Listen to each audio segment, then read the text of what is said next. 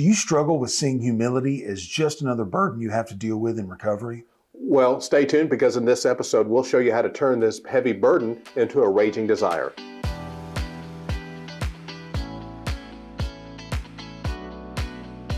Well, it's July 11th, and it's time for another double shot from My Sober Truth. Sean, a turning point. Yeah. Interesting title. But it's all about turning a burden, Right. thus the burden of humility, Right. into something you want in life. Yes. And so I'm going to dive in by asking you a question, okay? How has your view of humility and what humility is changed since you got into recovery? Well, it's a great question. And, I probably looked at humility as a bit of weakness when I first came in.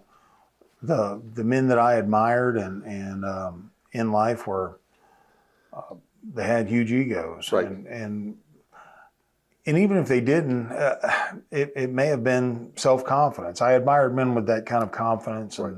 And so that was what I wanted to be like. Unfortunately, deep down inside, I didn't feel like I lived up to that. Right. So since I couldn't live up to the self-confidence, I built up an ego. And what I had to find was a way to get some humility. I was several states away from home, homeless for all intents and purposes. Just checked into a year-long rehab, and didn't really have any money. Didn't really have anything. Got there with a bag of clothes, and I had this big ego. And I know that doesn't really make sense to most people, Right. Unless you come from a recovery background. Then you understand. There's a joke that I've heard a lot, or at very least in the rehab that I went to. We'd always make fun of trash bags. We called that that's your rehab luggage.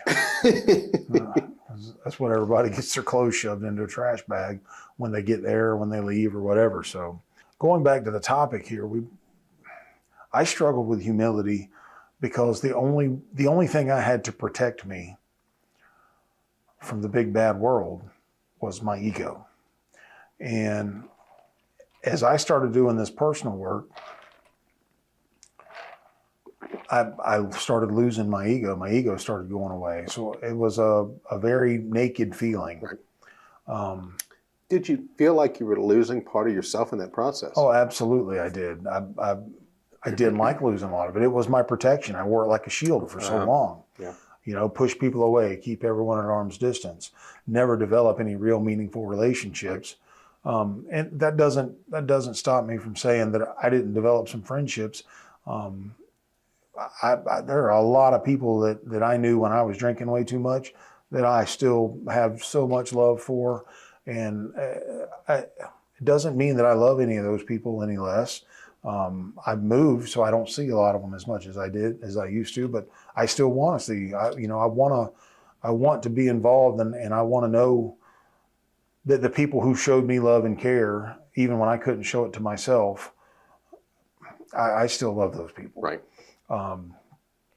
But as I started breaking myself down and the ego started to go away, I didn't realize that humility was going to protect me. Right. So what I didn't realize is that humility was going to replace some of that ego, and it just felt really weird. Yeah. It didn't feel right. Does it make sense on the surface? It doesn't make sense on the surface until you realize that what humility is. Humility is me finally saying to myself that I'm not the end all be all. Right.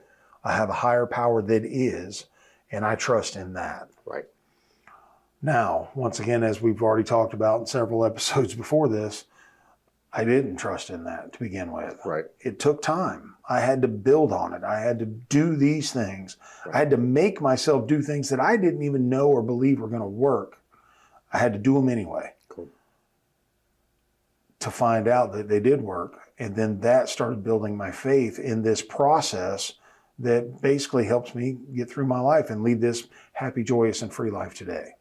You know, it's so good. One of the things that we came up with when we were putting this episode together was 2 words, and it was kind of funny. I'll throw them out at you, but it was crave humility. Yeah. You know, just to the point that we need to crave humility in our lives to the same extent that we craved whatever we were using Right. before getting recovery, to make it such a central core of our life and make it highlight our reliance on our higher power, on others, on the Right. program, because that's where real life is. Right. Well, through the practice of humility, through the practice of these things we talk about, over time, it did change from something that I had to seek because I was told to seek it. Right. It's changed from that to something that I seek on my own accord because I know what it brings to me and it brings to my life. I love it. I love it. And I say we could talk about this for hours, and I looked ahead this month. I have a feeling we're going to talk about this a little bit more this month. So, you know, all about willingness, acceptance, humility, you know. Absolutely. It's such good stuff. So as we wrap up, I'm going to pose a question to our viewers today, okay? Yeah.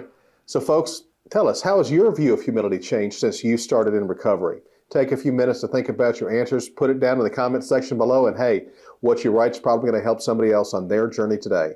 And on that note, for My Sober Truth, I'm Mark. Hey, and I'm Sean. And here's hoping that today you stay drunk with success.